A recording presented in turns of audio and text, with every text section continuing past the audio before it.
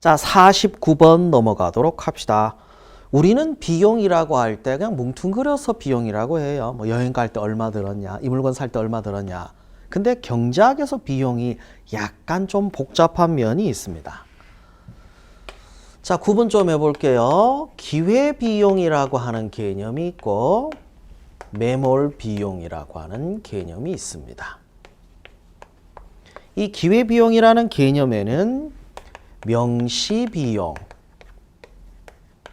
또는 회계비용이라고 하는 개념이 있고 안목비용이라고 하는 개념이 있어요.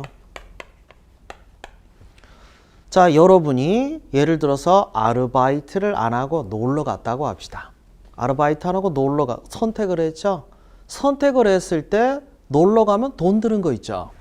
이거예요, 명시비용. 우리가 일반적으로 얘기할 때는 명시비용, 회계비용을 비용이라고 얘기하죠. 그런데 놀러 가면서 아르바이트를 안 해버렸기 때문에 아르바이트를 했으면 받을 수 있는 돈이 있었죠. 이게 안목비용이에요. 기회비용의 개념에는 명시비용, 안목비용. 그럼 기회비용은 내는 비용이냐? 아니요, 선택에 대한 비용이에요. 그럼 매몰비용은 뭐냐? 매몰비용 을 다른 말로 뭐 포기하는 비용 뭐 이렇게라도 표현하기도 하죠. 함몰 비용이라고도 하는데 무슨 뜻이냐면 회수가 안 돼. 예를 들어 영화관을 갔어요. 너무 졸려요. 근데 영화비 냈던 게 아까워요. 그래서 안 나갔어요. 계속 잤어요. 어차피 영화 못 본 건 똑같아. 차라리 깔끔하게 포기하고 집에 가서 잤으면 더 합리적인 선택이 아닐까요? 그래서 얘는 포기고 얘는 선택과 관련된 비용입니다. 문제 보도록 할게요. 이미 지출됐기 때문에 다시는 쓸 수 없는 비용. 합리적인 선택을 할 때 고려하는 게 아니라 고려 안 해야 되는 비용. 이게 매몰 비용이에요. 때로는 매몰 비용 처리를 잘해야 합리적인 선택을 할 수 있습니다. 뭐 여러분께 이런 말은 못한데 이전에 떨어졌던 시험이 있죠. 떨어졌던 시험에서 여러분이 얻을 수 있는 건 딱 하나밖에 없어요. 여러분이 어떤 부분이 부족한지 이게 끝이야. 근데 왜 떨어졌을까? 나는 능력이 없고 나는 노력을 안 했고 이런 감정은 매몰비용 처리해야 돼요. 그 절대 기억하면 안 돼.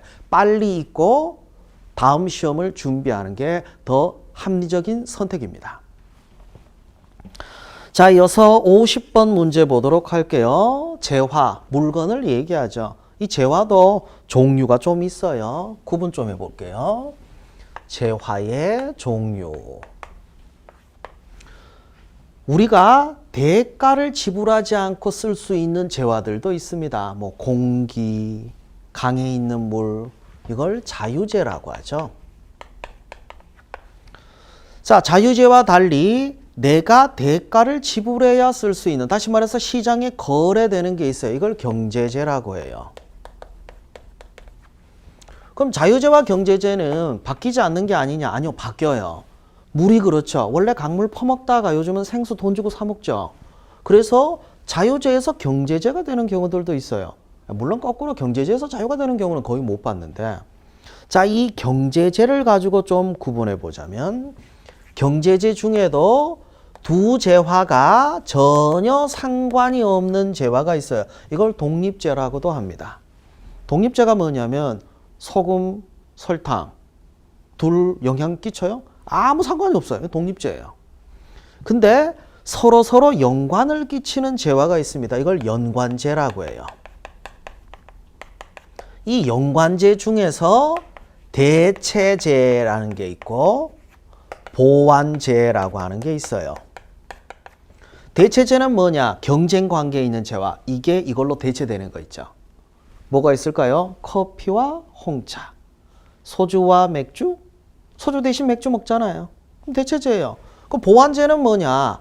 함께 소비했을 때 만족감이 더 커지는 재화, 커피와 설탕 이런 게 해당이 되죠. 근데 하나 물어볼게요. 소주와 맥주가 대체재라고 생각하세요? 소맥주 하는 사람 있죠? 함께 소비했을 때 만족감이 커지면 그럼 보완재가 되는 거예요. 소주와 맥주는 무조건 대체재다. 아니에요. 둘의 영향 관계를 봐야 돼. 함께 소비했을 때 만족감이 커지면 보완재가 되는 거고 대체 효과가 발생되면 대체재가 되는 겁니다. 소주와 맥주가 대체제냐 보완제냐 이건 취향 문제가 아닐까 싶네요. 문제 보도록 할게요.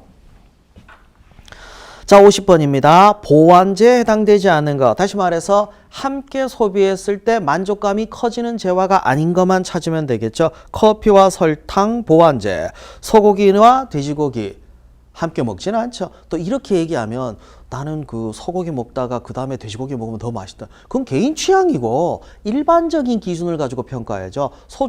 소고기와 돼지고기는 대체제 관계죠. 그래서 답은 2번 되겠네요. 펜과 잉크를 같이 사용하고 바늘과 실을, 버터와 빵을 함께 사용했을 때 만족감이 더 커지게 됩니다.